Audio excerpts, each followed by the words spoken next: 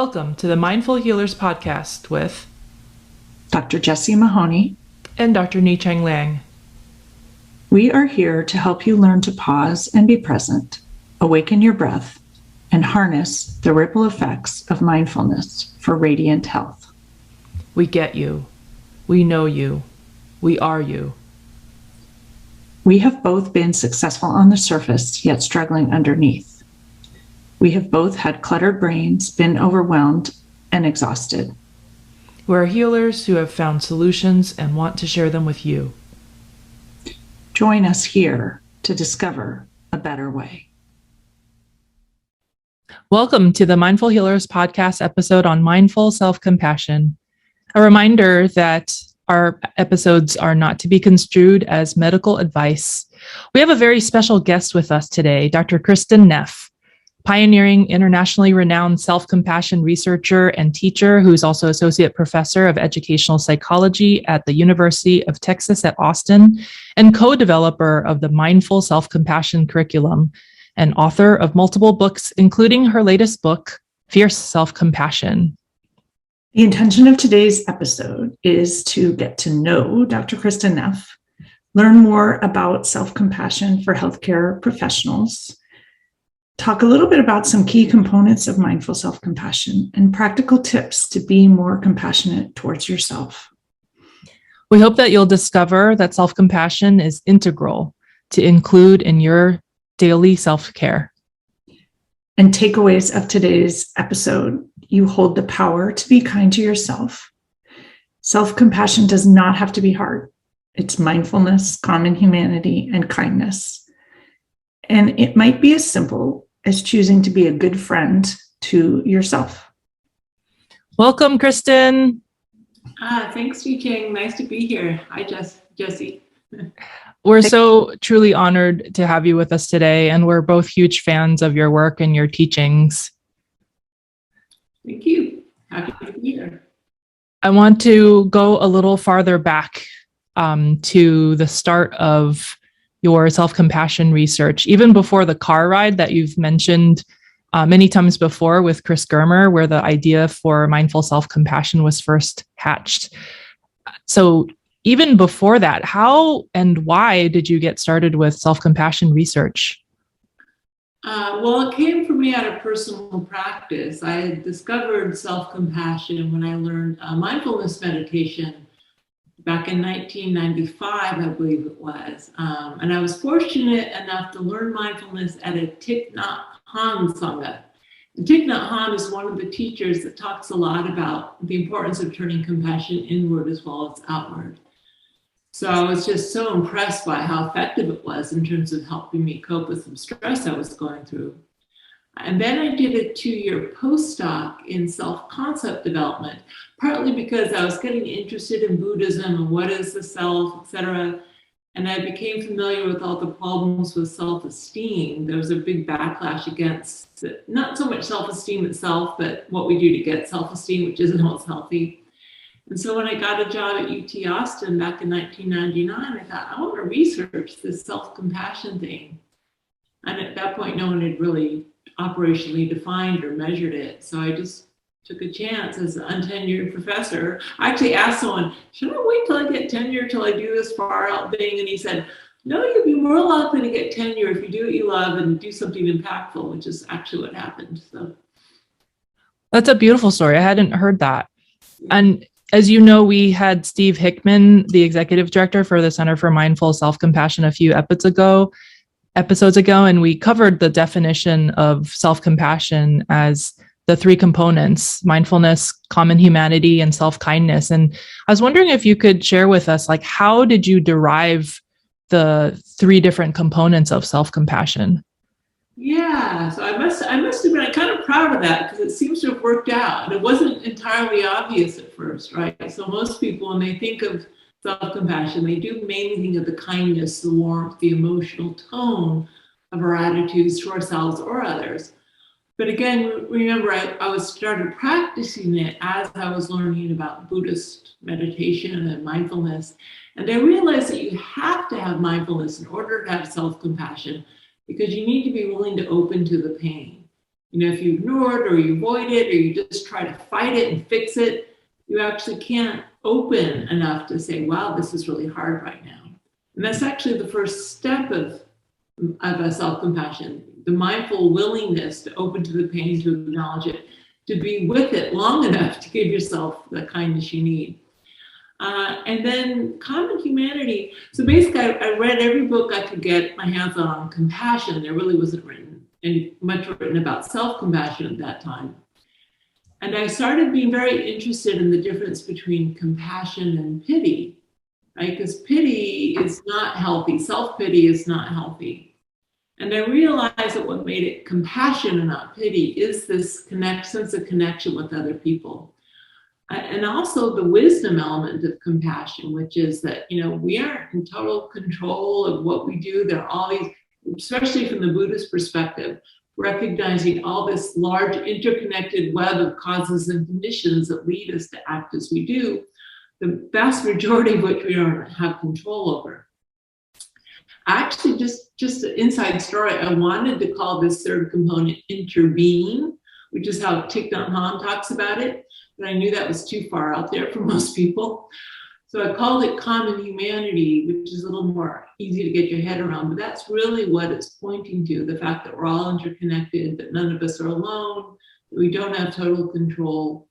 And in many ways, it's almost the trickiest part of self-compassion to get your head around, just like the concept of interbeing is hard to get your head around. But it's absolutely essential, I think, for it to be more than self-pity, for it to actually give you wisdom as opposed to just feeling sorry for yourself, for instance. Actually, have not heard this thought before about wisdom. And that is sort of a magical way of thinking about it. I find I do a lot of coaching for physicians, and they really struggle with self-compassion. We are so good at being compassionate for others, but it's almost like a trigger word for many of them. I just can't allow that. So when you said you have to be willing to allow the pain, I think that's a key linchpin. But physicians do want to sort of show up for the world with wisdom. And so I wonder if allowing that piece also might make it a little bit more accessible. Yeah, absolutely. I mean, like I say, it is wisdom. So you might say the kindness is the emotional tone, the mindfulness is the attentional aspect of it. I mean, I've actually written about this. And the common humanity is the wisdom element of self-compassion. And you need all three. If it's just emotion without wisdom, that's not helpful. Or if it's just bare attention without any warmth, that's actually marginally helpful, but not as helpful as if you had the warmth. But without the wisdom, the whole thing kind of falls apart. The self-compassion is an act of wisdom, and that's one way that might be helpful. I've never tried that with the physicians, but that may actually be one pathway in. It was just something I'd never thought about. And when you said it, I thought, I wonder if that's part of the key. And I just want to ask you this other question in that same vein, because I see so many people struggle with it, is a lot of people feel like it's indulgent to show themselves self-compassion, or that if they do, that's sort of giving themselves a pass. And especially in the medical world. And that's where I think the wisdom. Not just the medical world, I tell you, all the world over, that's the number one block to self-compassion, no matter who you are, no matter what culture you come from. It's interesting. It's huge. It's a huge block. But it's very easy. You clear it up almost immediately when you just use common sense to explain it. Self-indulgent self-compassion is an oxymoron, because self-indulgence means you're harming yourself. You're doing something that actually maybe feels good, but it's harmful. And self-compassion is all about the alleviation of suffering. So you can't do something harmful for yourself and have it be self-compassion. You may think you're being self-compassionate if you're self-indulgent, but you aren't really. And is self-compassion also then couldn't be harmful to others by giving yourself self-compassion? Because I think sometimes people feel like if they give themselves a pass, excuse me, then that can cause harm to others. Well, who says you're giving yourself a pass? The research shows the exact opposite. The research shows you're much more willing to take responsibility when you have self-compassion. You aren't giving yourself a pass. That's actually not self-compassionate. If you don't learn from your mistakes, if you don't own up to what you've done, you're harming yourself. So that take a break, give yourself a pass, that's totally the wrong idea of what self-compassion is. That's much more like self-indulgence. I love that. I think that's actually justice. So that's the thing that I hear is I just can't do it for that reason. Yeah, but people don't understand. Like we definitely thought about it. So a parent, are you being a compassionate parent if you just say, oh, don't go to school, little Johnny. Oh yeah, eat those 10 boxes of bonbons. I love you so much, little Johnny. That's not a compassionate parent, It's harming your kid. Compassionate parent says, hey, eat your vegetables, go to school, try hard, go to college.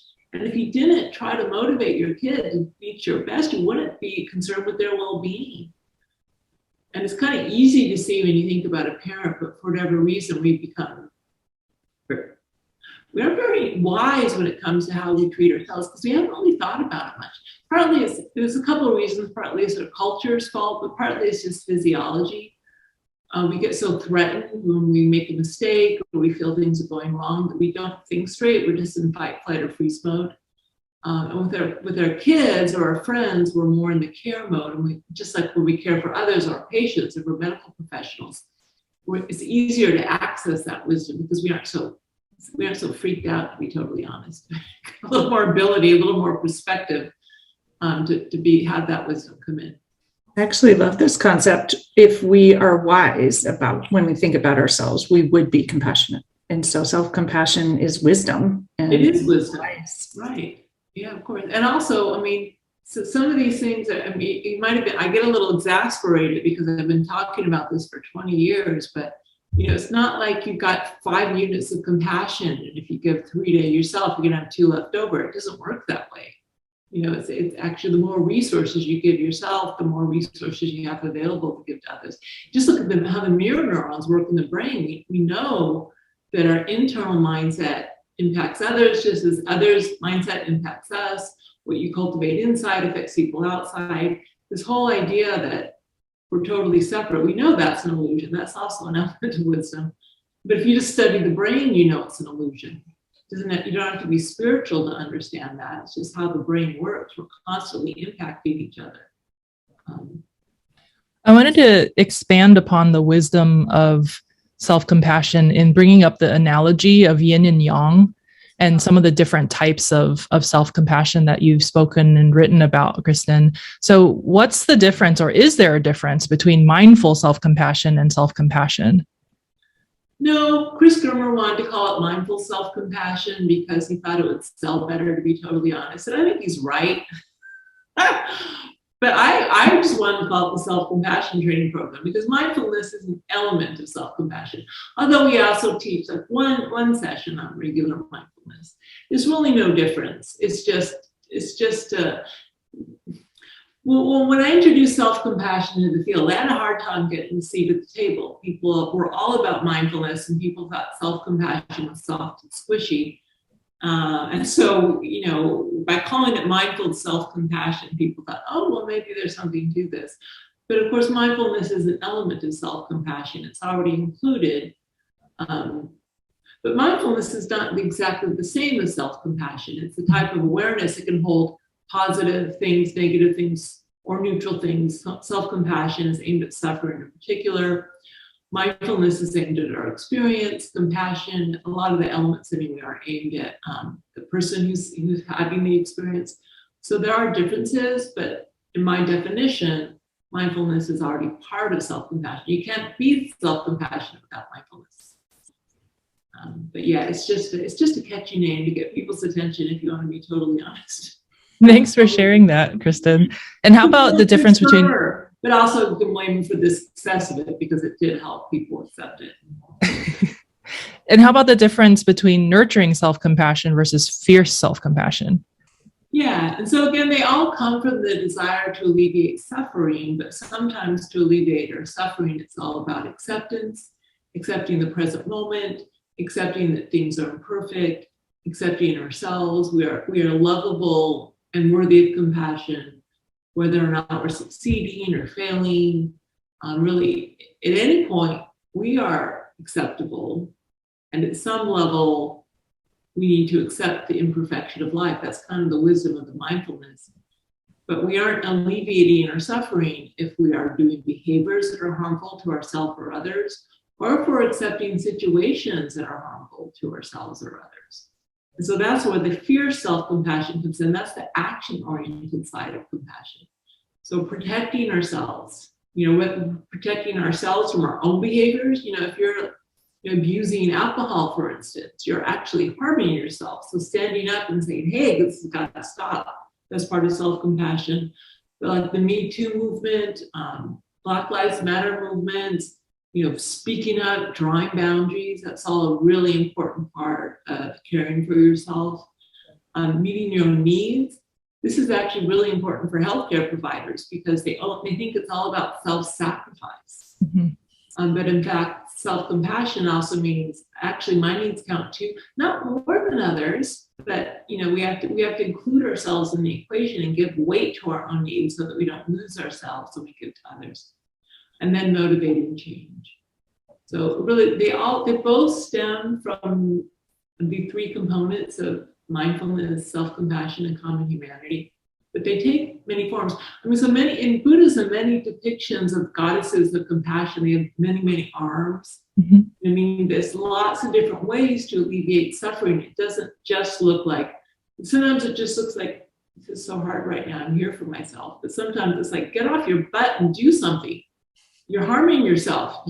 But it doesn't come from because you're inadequate. It's like, I care about you. You need to get off your butt, not because you're inadequate as you are, but because you aren't happy, and I want you to be happy and well and fulfilled. So get off your damn butt.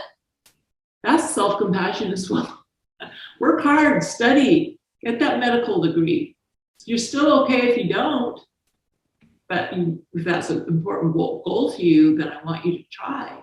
It's like a mom would say, or your father would say. That strikes me as a way to liken it to the parent analogy you gave before, that it gets you to do the things that you ultimately want to do and be the person that you want to do. So therefore, it can't be self-indulgent, or it can't be a pass, right? Because it's actually pushing you into being the person you want to be. A pass. Well, here's the thing. So there's a differentiation between accepting ourselves and accepting our behavior. So, even if we do horrific things, the thing about compassion is that even, at least especially from the Buddhist perspective, even criminals or people who've done really horrible things, their behaviors are absolutely wrong. Someone asked the Dalai Lama, what do you do about pedophiles? And he's like, what do you mean, what do? You throw them in jail and throw away the key. But it doesn't mean that the person isn't worthy of compassion, right? Because the person, we are just the product of all these causes and conditions. And so everyone is worthy of kindness and compassion, but their behavior certainly isn't. And the same thing with ourselves. All our behaviors are not okay. But we're okay even doing bad behaviors that need to change. And so it's all about the motive, the reasons why you want to make a change. Is it because you're inadequate? A lot of people use self-criticism as a motivator. A lot of people got through med school using self-criticism. But it's counterproductive. It creates unnecessary performance anxiety, which undermines your performance. It creates fear of failure. It makes it more difficult to learn from your mistakes. It can lead to procrastination, things like that, if you're really worried about criticizing yourself. Cortisol and shame, these are not exactly going to help you do your best. So self-compassion is a more effective motivator than self-criticism.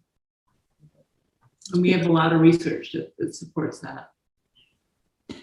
So I'd love to know a little bit about how you use self-compassion in your own life and in relationships. I know you have a son who has autism, and I'm a pediatrician and have a child who has ADHD and other stuff. And so I think just sort of how we use it in whether it's challenging relationships or specific roles, and tips that you might have for people about that. Yeah, so it's part of who I am and part of my daily life. Self-compassion it's just second nature at this point. So I use it all the time, many times a day, because we like to say the goal of practice is simply to become a compassionate mess, right? So I'm still a mess. But my wiring, my mom's here. If you were to meet my mom, you'd understand it. I kind of reactive, and I can be blunt. I make mistakes all the time. I'm like maybe marginally better than I was 20 years ago, but it's like kind of slight. But what I am good at, I'm good at being compassionate about my mistakes, or if I am very good at correcting, apologizing, not shaming myself for being imperfect. I accept my imperfection, and in some ways actually embrace it, because I know that some of my things that are problematic in some areas are often tied to strengths in other areas, and I see the complexity of that. I think that's true with all people.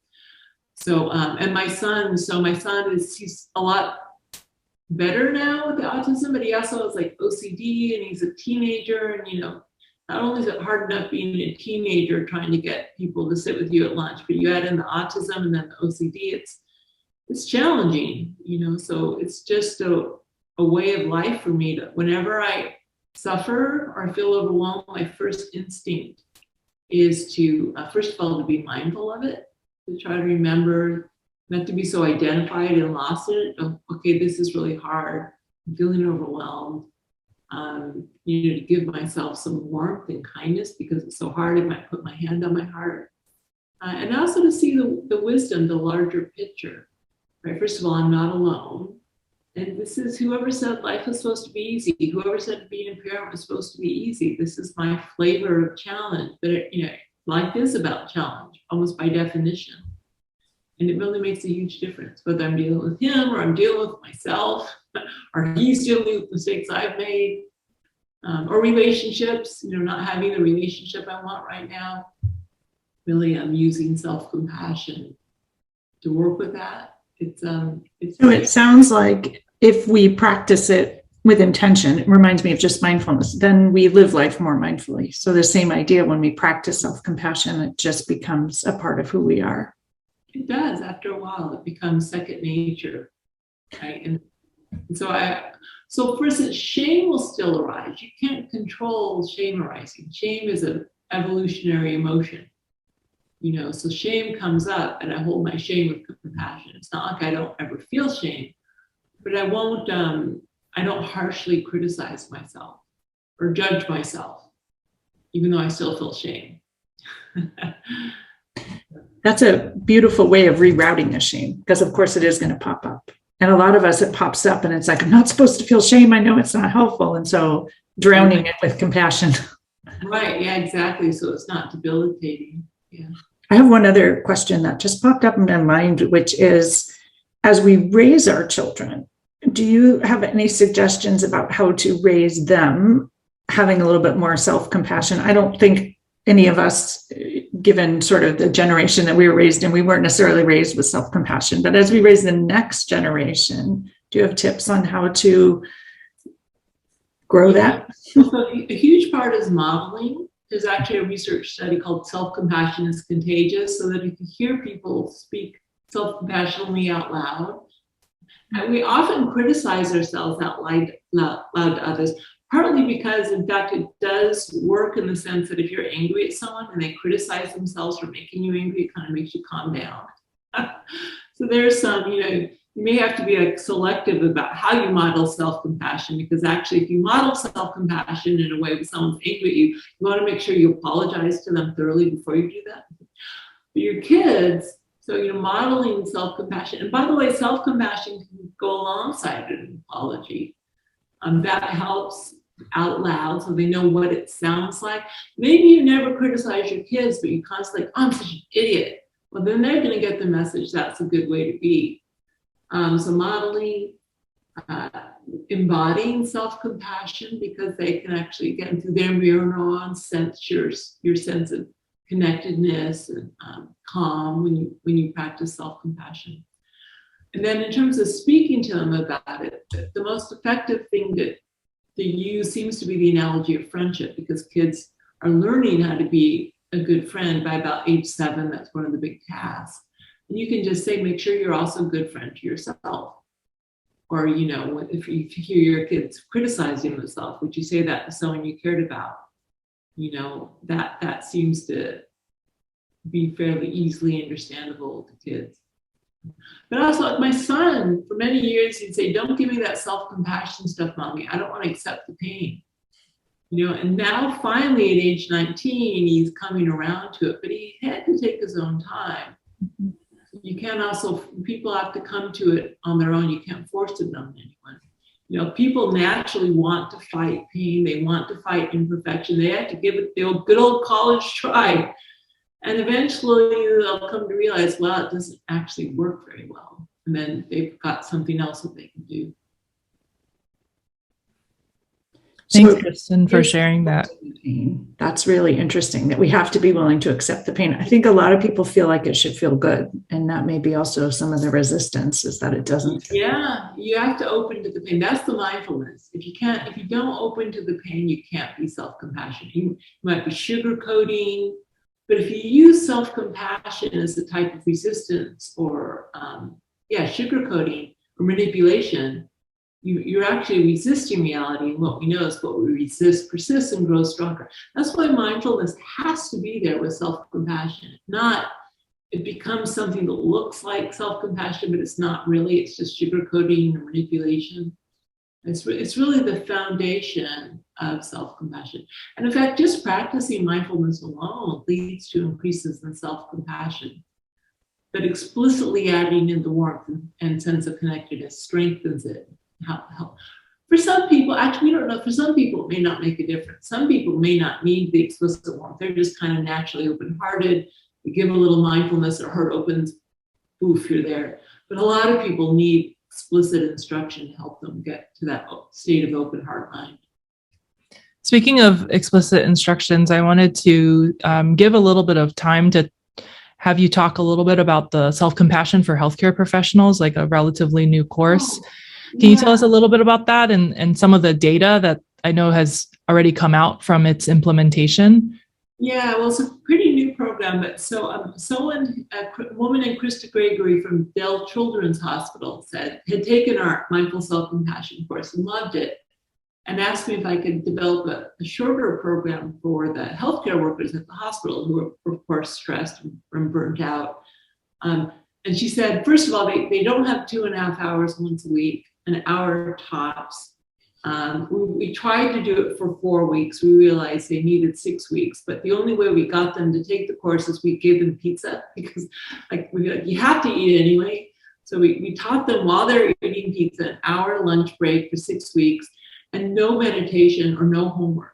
But in the MSc program, we say people try to practice, at home, do meditation. And she's like, my people are not going to be into that. They're just too busy and stressed. And you give them practices they do while they're working. It's not going to take any extra time. And so, we just drew the practices from the Mindful Self-Compassion program. It didn't require meditation, things people could do on the fly, on the spot. And we got really good effects. It wasn't as powerful in terms of increases in self-compassion as a full program where people do practice, but we got significant increases in self-compassion, compassion for others, right? So the more people gave themselves compassion, the more they could give it to others. Increases in mindfulness, which is cool because we didn't teach meditation, but it's just whenever you open to what is with kindness, you also increase mindfulness. Reduced burnout, reduced depersonalization, increased compassion satisfaction. So people actually, their ability to find meaning in their compassionate work. Also reduced stress and depression. So it was really effective. And now we're teaching it online as well. Kaiser is starting to train more and more people in the program. So it's a new program. It just really came out last year, but it's starting to take off. So it's very exciting. As we close our podcast and our time together, Kristin, was there anything that you wanted to share with our listeners that you haven't already covered yet? Well, I guess just that, it's worth a try. And the nice thing about self-compassion is you don't have to, meditation is kind of challenging. You got to do it for a while. It takes a little practice. Self-compassion, almost the moment, it also can take some practice. And we feel weird at first, I'll admit that. But the moment you actually tap into that kind, friendly stance, it makes a difference in your ability to cope with difficult emotions. You don't have to take my word for it, although there's a lot of research on it. Just try it out. next time you're having a difficult time, just say, how would I speak to a good friend who is going through the exact same situation? Try saying it to yourself and see what happens. And you'll see almost immediately the difference it makes in your ability to cope with the tough stuff of life. Thank you. We're so excited to host you at our next Mindful Healthcare Collective book club on January 27th, 5:30 p.m. Pacific, to discuss your new book, Fierce Self-Compassion. And so for you listeners, for details on the event, please sign up for email updates at mindfulhealthcarecollective.com. And to find out more about Dr. Neff and self-compassion, please check out her website, self-compassion.org. And to get more resources on mindful self-compassion and self-compassion course for healthcare professionals, please check out the Center for Mindful Self-Compassion website at centerformsc.org. Thank you so much, Kristin, for being here with us today. You're welcome. It's been a pleasure. Please stay on after the sound of the singing bowl for our mindful moment offering, guided by Dr. Kristin Neff. As always, if you want to declutter your mind, be more present, and start truly living your one wild and precious life, come find us at the mindfulhealerspodcast.com. Work with one of us.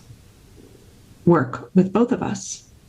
Start or up-level your mindfulness practice. Discover how mindful coaching can change your life. Or even better, do both as part of our Mindful Healers programs and retreats. You can find links to find out more about our programs and join our communities at themindfulhealerspodcast.com. Reach out and get started on your journey to a life better lived today. The content of this podcast is not meant to be medical or life advice.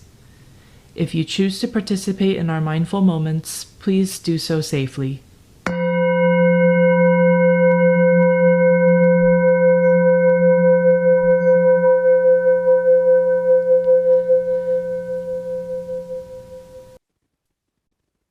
Okay, so closing your eyes, and your feet on the floor, feeling your own presence.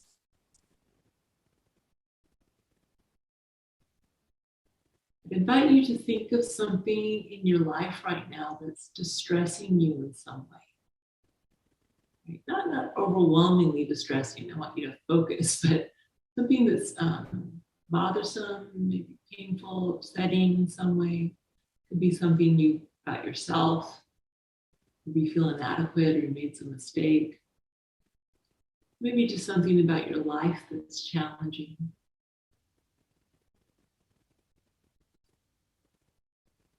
What we're going to do is what's called a self-compassion break, which intentionally brings in the three components of self-compassion, starting with mindfulness. So I'd invite you to, as you think about this challenge you're facing, really just acknowledge and validate the fact that this is hard. This is painful. Hard to feel this. This is a moment of suffering.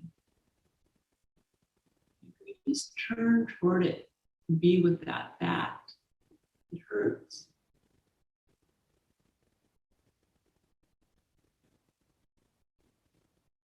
And then we want to remember the fact that, this is part of the human experience. There's nothing wrong with us for feeling this.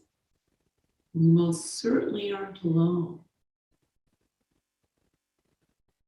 In any way that works for you, just acknowledging that challenges, distress, difficulty, mistakes, imperfection, this is a part of life.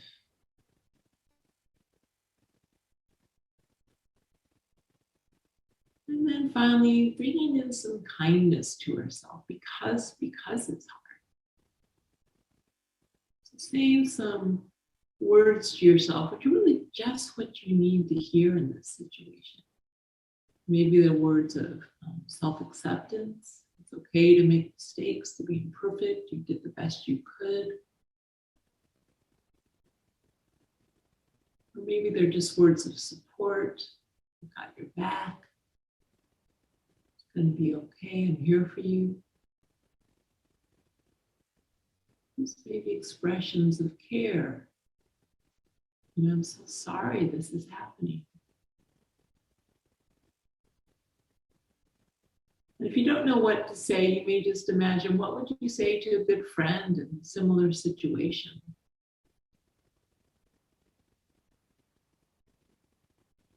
That may give you some ideas about what you want to say to yourself in this situation.